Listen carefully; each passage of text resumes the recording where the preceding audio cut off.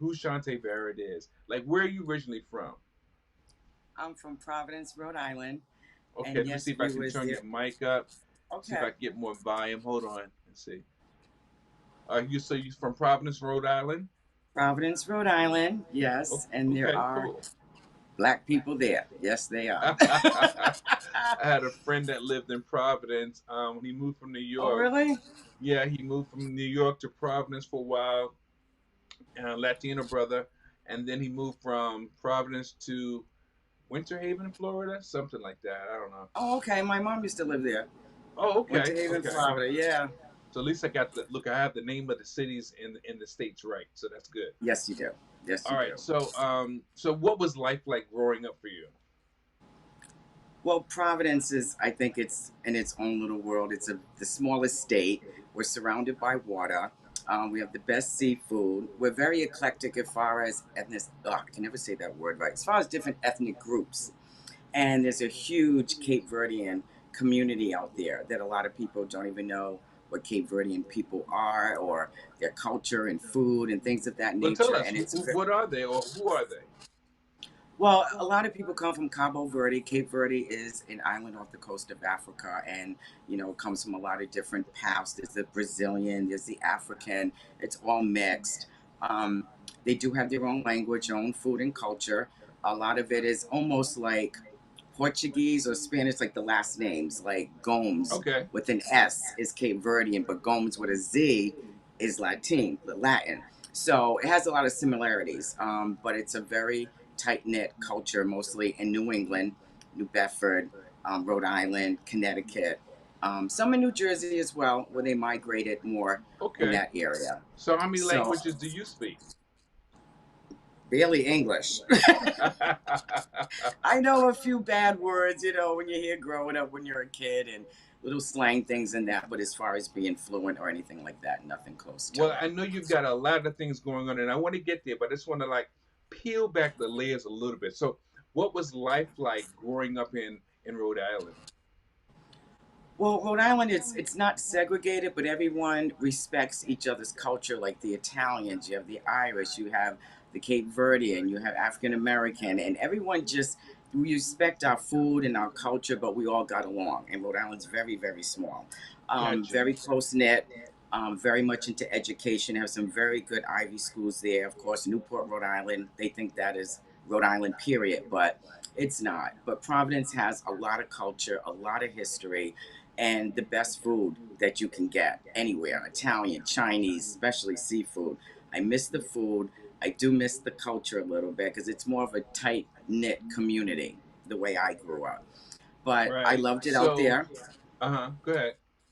Oh no, I was just saying I really loved Rhode Island, but as far as you want to do different things in life, sometimes there's not a path there because like New York is known for the financial and California's Hollywood, and Rhode Island is mostly get your education and then they go somewhere else, basically. So, when you left there, where did you go? Did you go to D.C., Maryland, Virginia? Where did you go? Well, when I left Rhode Island altogether as a grown adult, I had met a celebrity bodyguard in Rhode Island who was working in Rhode Island. And we met, we became friends. And then I started doing little jobs for him when they would come to Rhode Island or Boston and then New York. And then the management company started seeing me all the time. So they started calling me.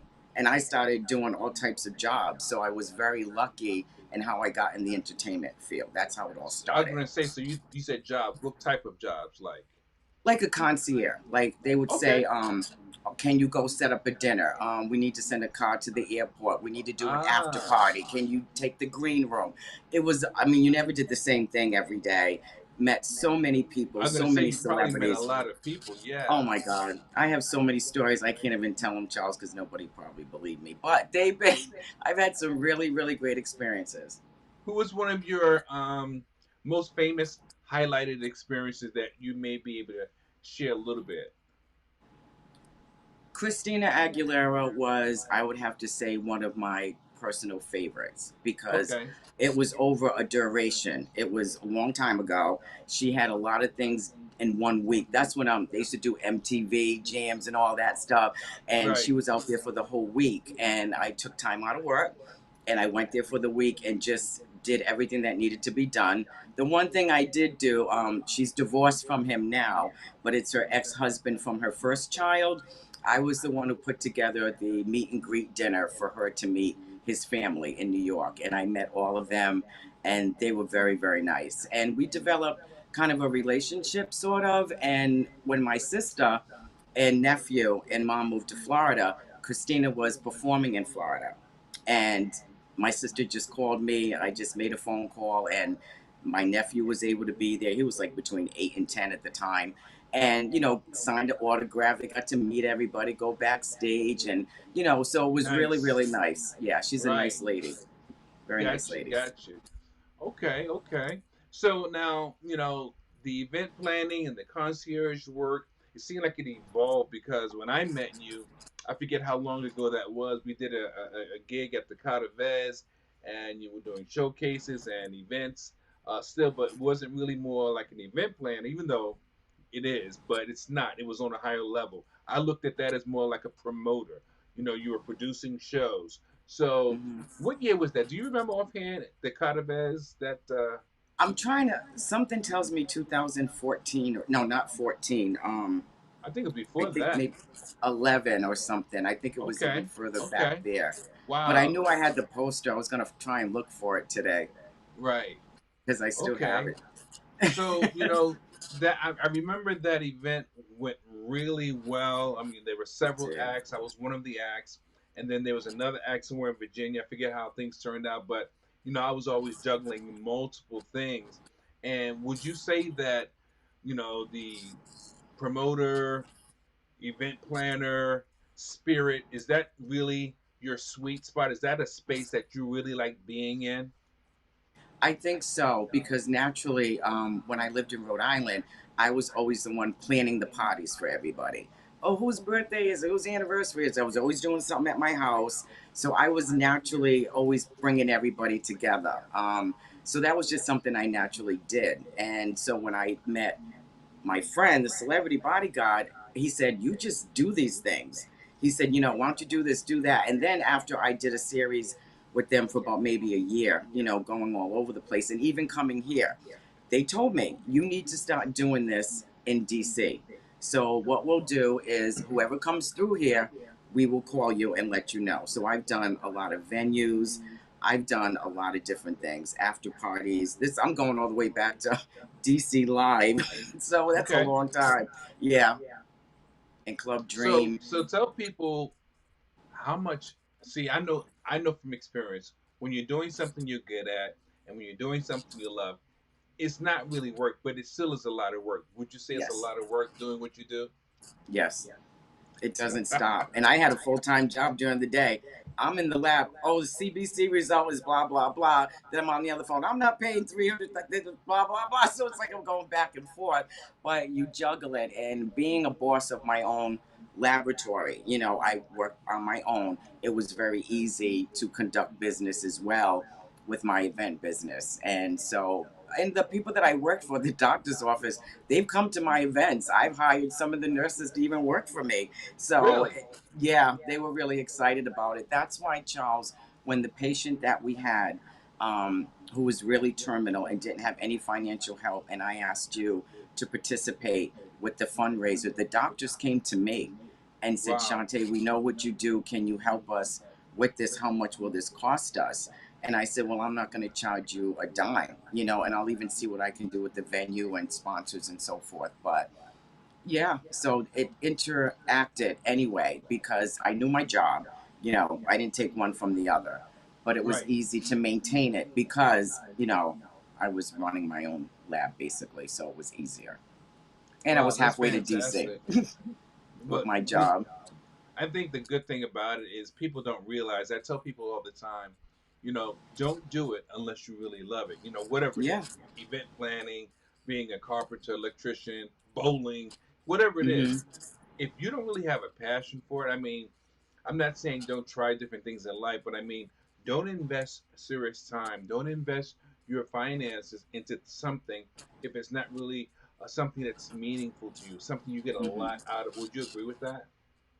Oh, absolutely. Especially if you're trying to do get rich quick scheme, or you just want to put on a suit or go out there and put your name on a flyer. You know, you're the first one there, you're the last one to leave. It's your responsibility if it goes well, and it's your responsibility if it doesn't.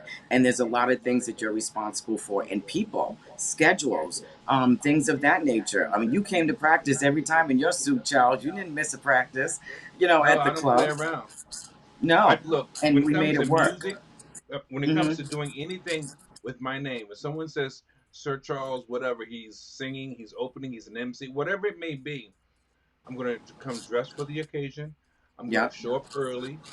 If I don't show up early, trust me, I'm gonna be on time but ready to go. I don't believe in lagging. If you show up on time, honestly, you're really late. That's that's just not true. my style, especially when my life shifted or changed, and I knew that, okay, well, you're X amount of years old. Now it's time to hit the ground running and do this thing for real. You can learn Hmm. as you go and learn as you grow. So Right. that's my motto. I don't care what it is, even if it's pay or for fee or for free. I'm going to show up on time. If I commit to do it, I'm going to do it the right way because that's the school I came from. Because it also shows your character. Um, Perfect Story, Charles, the very first show that I did, you wasn't in that one. Okay, that was all rap and stuff like that. It didn't go well. The performances went well, but as far as the participation, the people, the sales, it didn't go very well.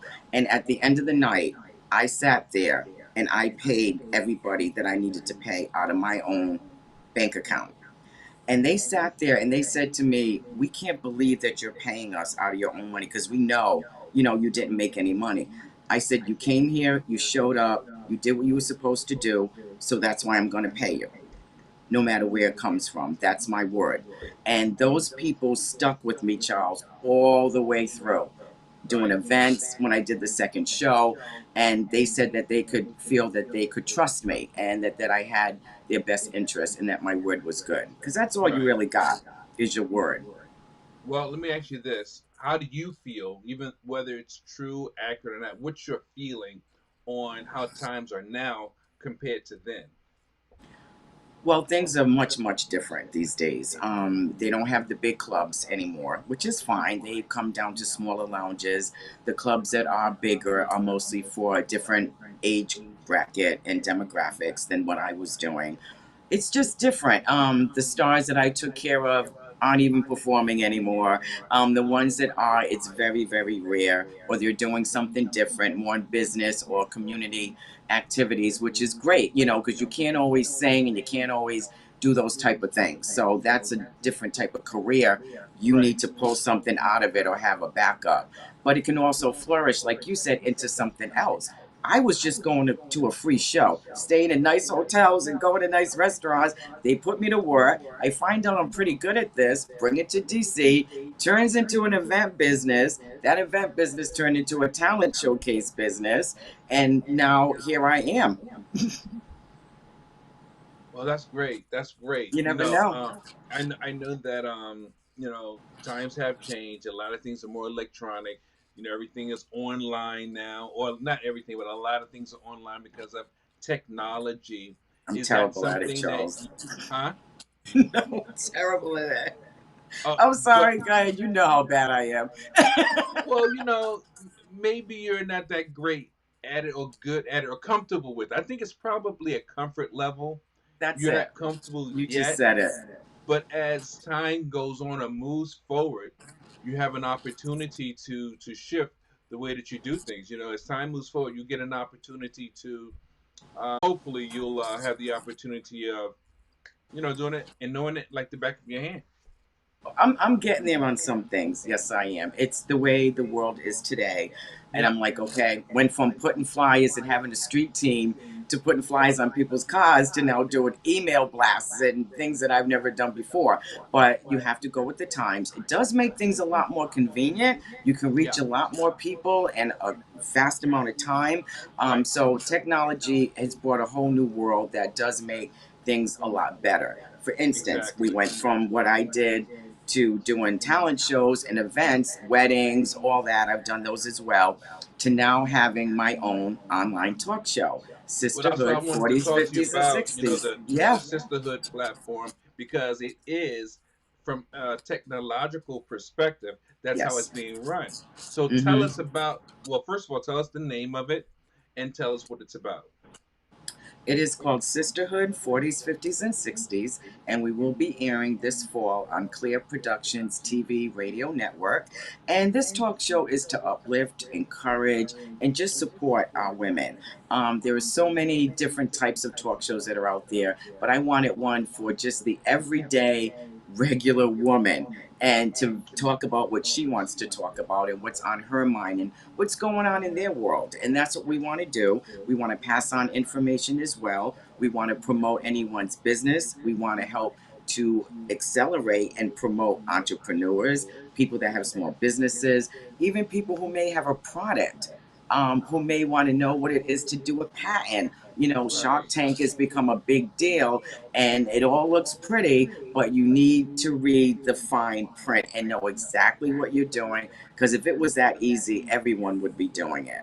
Right. So is this a Because it's talk not. show, or what kind of It's format going is to this? be an online talk show, and we're going to have Okay. guests such as yourself, Yeah. who's we got them in the can already, ladies. But yes, like people like yourself, because I figured you were the perfect guest in the beginning, Charles. Because first and foremost, this is about motivation. It's about motivation to change and radiate your brain. It's a Hmm. motivation to say, "Hey, I always wanted to do this. Let me take a risk and try it." Sure.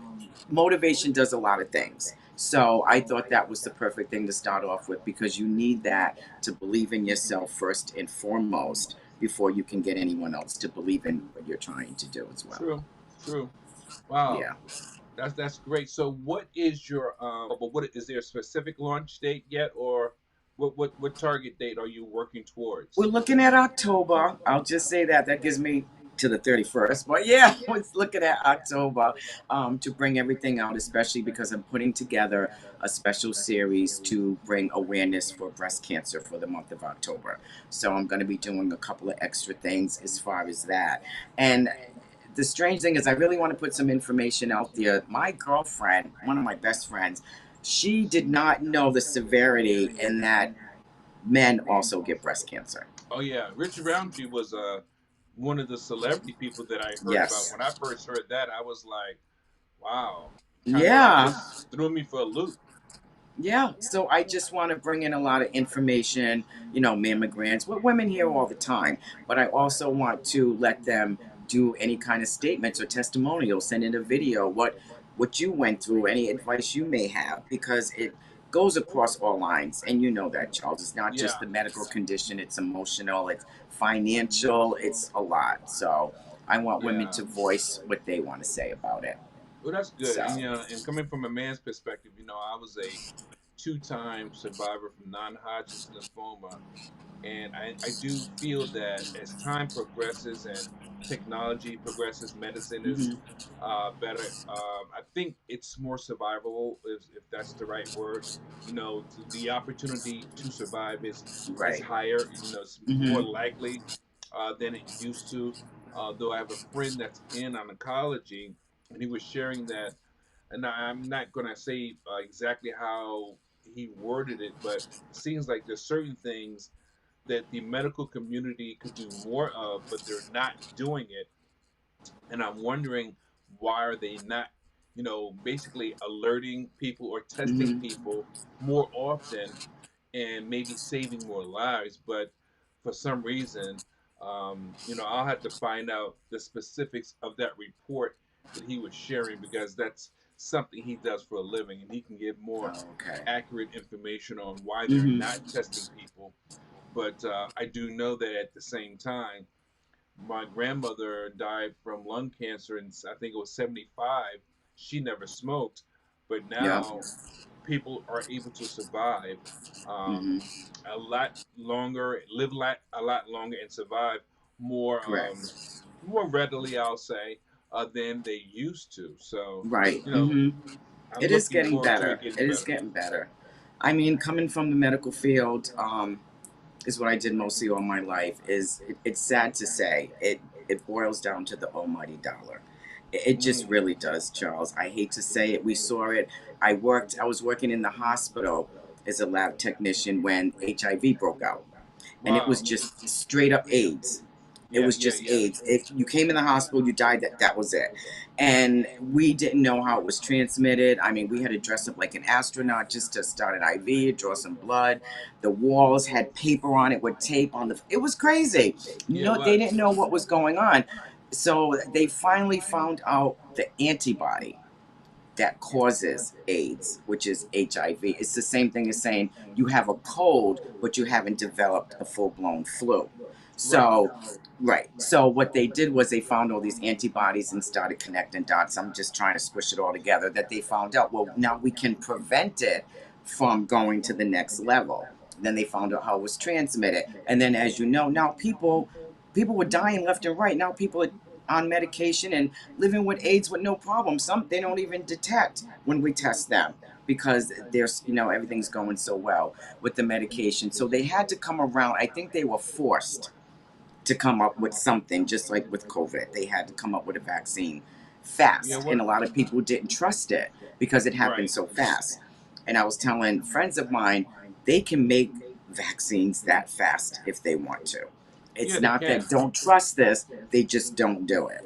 It's all about the But money. I tell you, almighty dollar, Charles, it's sad to say, but it Yeah. really, really is. One of Yeah. my closest friends has HIV, and he's been around for a while. He takes his Yeah. medication, and to my Mm-hmm. knowledge, he's pretty much right as rain. I've even seen and Undetectable. seen commercials where they say that the medication makes it hard to read when being tested for the disease. So they've Right. obviously come leaps and bounds from the past. So, but tell us a little bit more about your show. You said now your show's gonna debut in the fall. It's gonna be a talk Mm-hmm. show. It's geared for women in their 40s, 50s, and 60s. What gave you the idea to create this show? Um, well, it was brought to my attention, and then I played around with the idea of it. And I was saying to myself, when it's your birthday, because I'm big on birthdays, your 16th birthday, your 21st birthday, your 18th birthday, maybe your third, but you never hear, oh, my 32nd, oh, my 35th. But when you hit that 40, you have that used to be the big thing. Oh, the big 40. I said, let me start at 40 because sometimes life was different in 40s than it was in your 30s, and also our health as far as women and Yes. men as well. So I just took 40, 50s, 60s and started with that. And it's funny you brought that up because my cousin had called me from Rhode Island, and she said, I want to join your page, but I'm not 40 yet. And I said to her, you can still join. Then her mother sends me a text that says, well, I can't join because I'm past 60. And I'm like, yes, you can. I guess you're gonna Right. I'm gonna have to call it before and beyond. I don't know. But we Right. want Right. Right. all women of all ages, all backgrounds to join because we can all learn something from each other. Because what we know as older women, some things just don't change. I don't care what year it is. Respect, manners, things of that nature are still what they should be, especially chivalry. That's like gone. But, they don't teach the same etiquette type of things that we grew up with. They Right. don't do it Exactly. anymore. So I think it would be a nice mix that we can learn from the young and the young can learn from us. And that's what you're supposed to do. It takes a village, all ages, all Yeah. backgrounds. And I think that's what I would like my show to do, and that is what I'm going to do, is have everyone come together and just be there to support each other. Quick story, what made me think of it too, Charles. I was at a place, a lounge, and we was in the bathroom, ladies' room, and this girl came in with these very, very nice shoes on. You could tell they were expensive. Two girls at the sink, instead of saying, "Oh, her shoes are nice," "Oh, look at her, she thinks she's cute," blah blah blah. And I turned around and said to her, "You know what, sister? Why don't you just ask her, compliment her on her shoes, ask her where she bought them, and then go wear them and rock them yourself? Why don't you just do that?" Right. And the other girl just looked at me like, first of all, mind my business, and then number two was like, you know what? She has a point. They were much younger, but there's no need. as the kids say now, to hate on them. You know, Yeah, don't need to haterade. do that. That's it, hateration. But hold on, this just then. It's time Yep. for a new segment we have called "So What Do You Think?" So now I want to Okay. ask you some questions, or a question. Well, there will be more following this, but first I want to ask you this question, and I want to get Hmm. your opinion. Now I don't know if you've seen the film or not, but what's your take on the film with Viola Davis called Woman King? I haven't seen it. I saw the previews.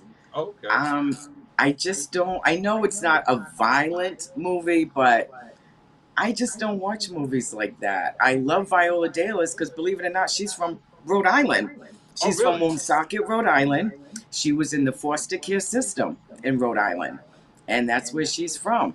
Yeah. So I love her as an actress. It looks interesting, but to be honest with you, Charles, I probably won't go see it. I heard that it is about a violent movie. Yeah, it A looks it. lot of action, Mm-hmm. this and that and the third. Now I haven't seen it yet. I'm going to see it next week, and Oh, I'm okay. going to see it on a platform where there's a discussion afterwards because Oh, I do okay. I do have even though I haven't seen it, I do have an opinion about based on the title. I think that the title, I know to grab attention, that's probably a good title, but I think the title is troublesome for me Mm-hmm. based on what's happening in the world today. Because I figure, like, what's next? Man, queen? You know, what I mean, Yeah. and with the imbalance, lack of parenting or single family households, men not being in the household like they could or should, um, with the civil rights movement being divided in itself, Mm-hmm. not for people of color, but for people of color somewhat, and for the gay community, which I'm not against the gay community, but that wasn't what civil rights was originally for. And here you come out with this big name with this really good actress, and it may be a really good story. I'm not against the story. I haven't seen it, Right. but the point is, it lends a certain je ne sais quoi, an idea based on the name, And again, I'm open minded, but I think they should have chosen a better title for the film than Woman King. That Yeah. doesn't even seem to go together. Now, yeah, in some ways it is catchy, but I'm like, you're giving license to a different community to look at things in a different way. And sure, everyone can view things the way they want. Mm-hmm. However, what about the impact it could have in a Yeah. negative way? And that's what I look at based on the title, not the film because I haven't seen it, just based on the title. Well, when So I I'm really first saw looking the forward to it. title, I really didn't like it, and I said, why didn't they just call it Queen Warrior Yeah, or or something like that? whatever, Wonder Queen, whatever. But Can't please I don't want to everybody. judge Viola. I don't want to judge the film. I Oh can't judge it. no, it looks I well haven't seen made, it. well I made, well made Well, movie. supposedly I haven't seen it, so I can't say. I'm sure it is. She said in several interviews they had to fight for everything: budget, cast, Wow, trying to really? stay, yeah, trying to stay close to the storyline, and all of Mm-hmm. that isn't even accurate. So I want to put my eyes on it and maybe do a little more research, and Yeah. not say something and being ignorant without knowing. Well, we can only go by the trailers and what we know. It's not like it's someone's name where you can go back and look up the history of the story or anything. So, Well, actually, that's what we're going to do. We're going to do a little good, research, and in this good. discussion, we're going to talk about, the Agoji warrior women and find out a little bit more. I think it's interesting to find out. I heard that they were very violent women. I hear that they were um, kind of like over the top with it. But I don't know for myself. So again, Mm-hmm. the discussion should reveal more. But I'm looking forward to getting my own view of both the movie and the discussion. So one of the questions we want to ask, we normally ask questions on the show. What is your greatest weakness? I'm always trying to reach perfectionism, and it doesn't exist. And I get in my own way a lot. Well, that's That two is my things. You know biggest that, right? weakness. Okay. I can't control my weakness. I look. I can relate. I can relate. My I know perfectionism. this. No, well, I know there's no such thing as things being perfect. And let me tell you something Right. about that word. I was in church. I don't know, maybe 4 or 5 years ago. I was going to this church here in D.C. Hmm. and the pastor said that to be perfect is to be mature. Then I was like, oh, okay. Sort of like a weight fell off of me. So that meant Hmm. that it's okay if I'm not exact on every point with everything in life from beginning to Right. end, especially my profession. However, I had to learn that. And when he said Hmm. that, I was like, okay, it gave me a different perspective because I always try to dot all the I's, cross all the T's, and I want to Yeah. be right. I want to show up right. So, yeah, that's one thing I did learn about that Perfectionism is word mine. perfect. So, Hmm. so what is your greatest strength? Well, my friends and family always say I'm the most organized person that they've ever met. Even in my house, my cousins always say there is a place for everything in your nothing's out of place. I need to know where everything is. I don't have OCD, but I do like to be very well organized, good at planning things, looking ahead, being thoughtful, thinking of other people's feelings, knowing. I think I was really good with celebrities and being their concierge because I would always see what they needed before they'd even say it. I'd look and say, Mm, okay, no, she's gonna want this, she's gonna want that. So just being in tune with your client is a very good way to be an event planner or any type of planner. You really do have to do that. So that came naturally to me.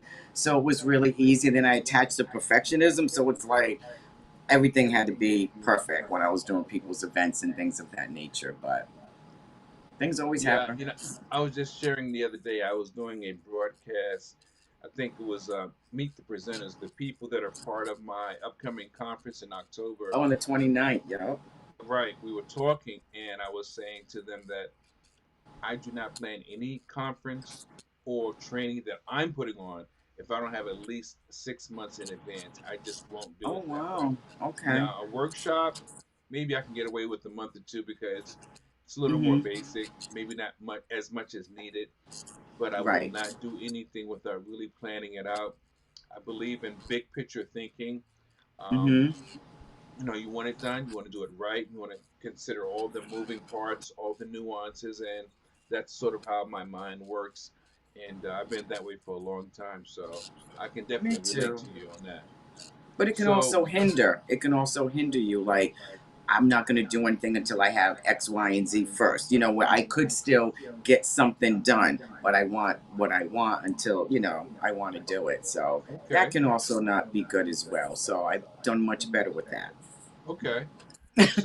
So would you say that you are living or existing? I'm living Okay, and thriving there you go. every All right, day.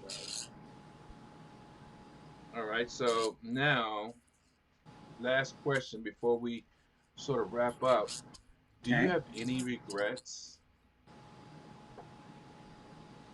The only one regret, and it's funny, I said this to a friend of mine who I went to high school with, and Uh-huh. I said to her, I said, you know what? The one regret that I do have is that I didn't follow college. I didn't know what I really wanted to do, Charles. I really, really didn't. I could have went a lot further than what I did. I did get into the financial world and all of that, but it's not what I wanted to do.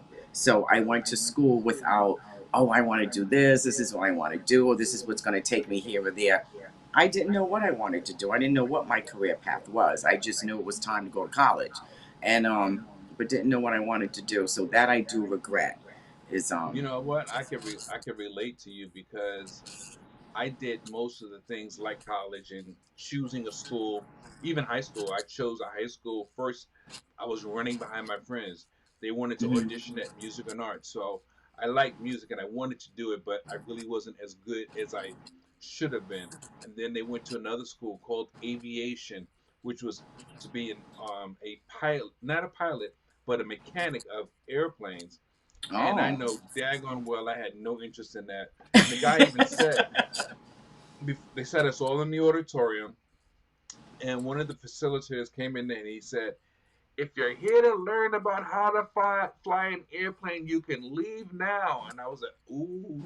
And I just scooched down to my chair because I didn't want to get up and everyone else was seated. I felt like such a knucklehead. And I sat through the whole orientation knowing I had zero interest. And, I think the bottom line is, we even have a question that we normally ask. College isn't for everybody, No, it's not.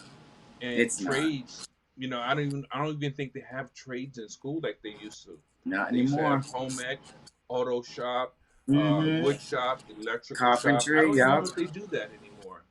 I don't understand why they don't do a lot of things anymore. I have a lot of teachers in my family, and one of my cousins was explaining to me that she was so disappointed. She was teaching middle school. They didn't do handwriting anymore. They didn't Mm, do, like you said, the cooking. I don't even think they do gym anymore. There's just all these things that they used to do, they don't do anymore that we had to do in right, school. right. And it's crazy. I'm like, I bet you if you sat a kid down and said, write a letter and address the envelope. Yeah, it'd be like trying Yeah. to get them to make a phone call from my regular old school rotary phone or a push button phone. Or sit down and balance a checking account. Yeah, let me see you do that. Exactly, exactly. So Yeah. funny. Wow. Well, We anyway, were look, blessed. it's been great talking to you. So tell You us, as well, Charles, how can always. people contact you or connect with your sisterhood group? How can they, find out what platform it's going to be on and how to be a part of that group? Yes, first we would like everyone to go to our Facebook page, which is Sisterhood 40s, 50s, and 60s. You request to be a friend. We will confirm you as a diamond because we believe all women are diamonds and we all shine bright, and diamonds take the most pressure. And I don't know any woman on the planet that don't take more pressure and can still shine than a black woman. So I'm like, you are a diamond. We want to support you, but we want everyone to join the page as well. Once you join the page, you can go on there and put on your affirmations. You can post whatever you want, as long as you go by our one rule that you think before you post, that is thoughtful, helpful, informative, necessary, and kind. And Thank we you. will uplift each other. From there, you will be able to see little clips, videos like this, also to know when the show will be premiering, how to go online to watch us, and what subjects we will be talking about. We also want people to comment on that page and tell us what they would like to see on the talk show because it is for them. And we do want to do something a little different, more laid back, and really talk about the day to day issues that, regular people go through. So they can reach us there. We will be premiering on Clear Productions TV Radio Network.com. Please go to that website. They have a variety of shows to look at. I think, Charles, you should check that out. There's documentaries, they have talk shows as well. Their sports show is doing extremely well. And I want people to go on there and see the other shows that they do provide on their platform that are showing right now. And then we will update you on our sisterhood page when we will be on air and when and how to do that. So, yes, I'm Okay, excited. that's fantastic. So Yeah. once again, I just want to thank you for taking the time out of your schedule just to come on, and look forward to the launch of the sisterhood page and all that Mhm. you're doing, and all the best for everything that's moving forward. 2023 is right around the corner. I know. Thank you so much, Charles. It's always good to see you and even better to talk with you. So, you have a Absolutely, great evening, and I know I'll see you soon. absolutely. Take care now. Radio is Okay. trained, change the game. Oh, gotta change the mind, motivate. That's right, Charles.